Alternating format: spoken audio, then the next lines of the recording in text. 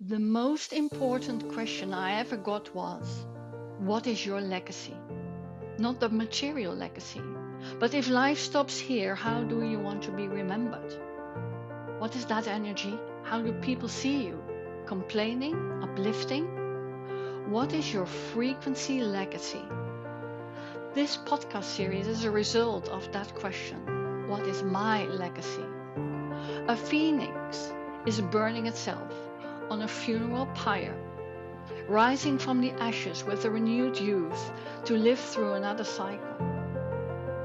This fertile ash is filled with phoenix frequencies like compassion, love, forgiveness, intuition, wisdom, generosity, resilience, and creativity, and evolution and involution. I've been in the ashes. I want to give voice to the phoenix frequencies. On a weekly basis, I share my resources or interview another phoenix. I'm Nienke van Bezooijen and I welcome you if this resonates with you.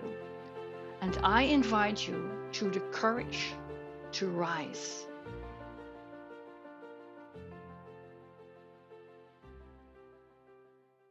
Welcome to the phoenix frequencies. If you do what you always did, you will get what you always got.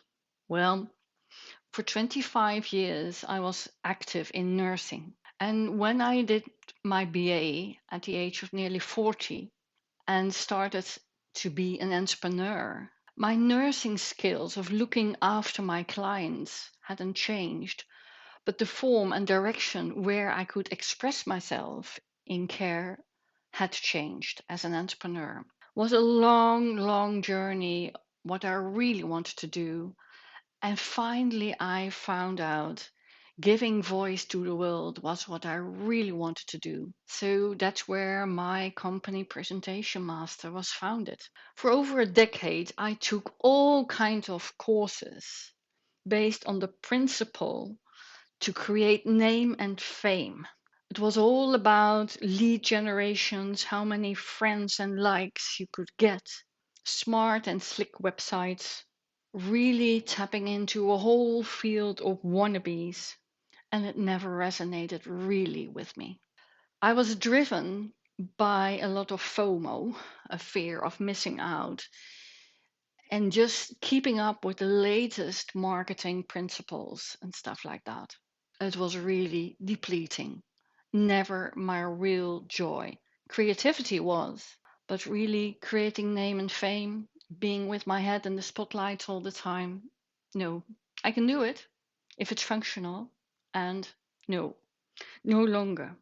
It's really all about these funnels where I was trained to create for my potential clients a state of fear, scarcity.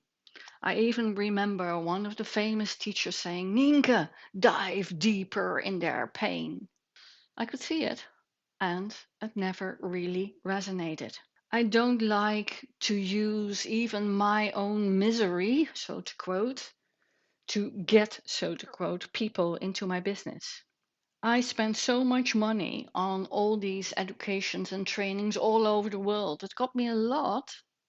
It helped me to create a book, my own public speaking method, having great people working with me in this field, having so many people coached to be on the TEDx stages, all great. And if I look now, I could even buy again with that money the house what I got now for a 2-room flat.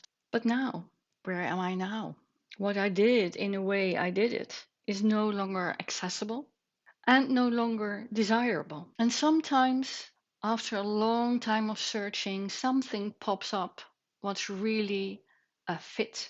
I was really, really convinced I would never, ever, ever, ever, ever do another course for my business. Done that, been there, no desire. And then I was introduced to the Life Energy Institute, Gary Strauss. He has a course, what he gives regularly, called Radiant Business, 9 months, to see what is my frequency, what do I really want to be in a business? How do I create my business from frequency rather than desire? I used to do I give voice to. And in one of the first sessions, Gary mentioned abacadabra. Do you know what that means? It's not a Disney phrase. It means in Hebrew, I create as I speak. So that's why the Phoenix frequencies are out. Because I want to feed this frequency, what I feel deep inside, what I want to bring to the world in the frequency I learned there. In my speaker business, I created ease as a method. It's energy, authenticity, skills, and engagement in that order. And it works. So many people I help to get their voice out in a way that's authentic, with the right energy, with the aligned skills, and in real engagement with their audiences. But I became deaf.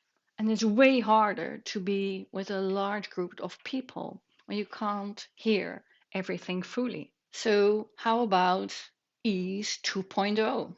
Working with energy, authenticity, self regulation, and engagement. So, know your energy, know who you are, know how to self regulate yourself in your energy, and from there, be in engagement with others. That's a frequency what's a real fit now, too. So, reaching out now, inspired with the great team of the Live Energy Institute, helped me to see where I was limiting myself, where I was off track in my frequency, in my energy. And now I can really go to the people and just start sending out my frequency for who's ready to hear me, who is tuned to the frequency of me now, no matter if you knew me before or not. And my frequency, it's already in the introduction, the compassion, the true care, the wisdom, the curiosity, the joy and vitality, living a heart smart life. It's a difference where I can facilitate my growth rather than creating my limits based on the old paradigms. I changed my listening. So, worrying, I changed in intelligence concerned because that's creating something rather than keeping myself stuck in worrying. And also, another thing I learned is not coming from protection, the fear and scarcity, but being in exchange and receive based on my frequency of the now. So the more deaf I got, the better I could and can hear. It's like a kaleidoscope. Just see the unexpected perspectives. And I found my new life's energy, a matching frequency for who I am now. And it doesn't mean I will never learn. Of course, it's a continuous thing to do, but the frequency I tap into is completely different. Do you dare to switch from what you want to hear, or can you be curious, inspired? Give it a shot and see what happens.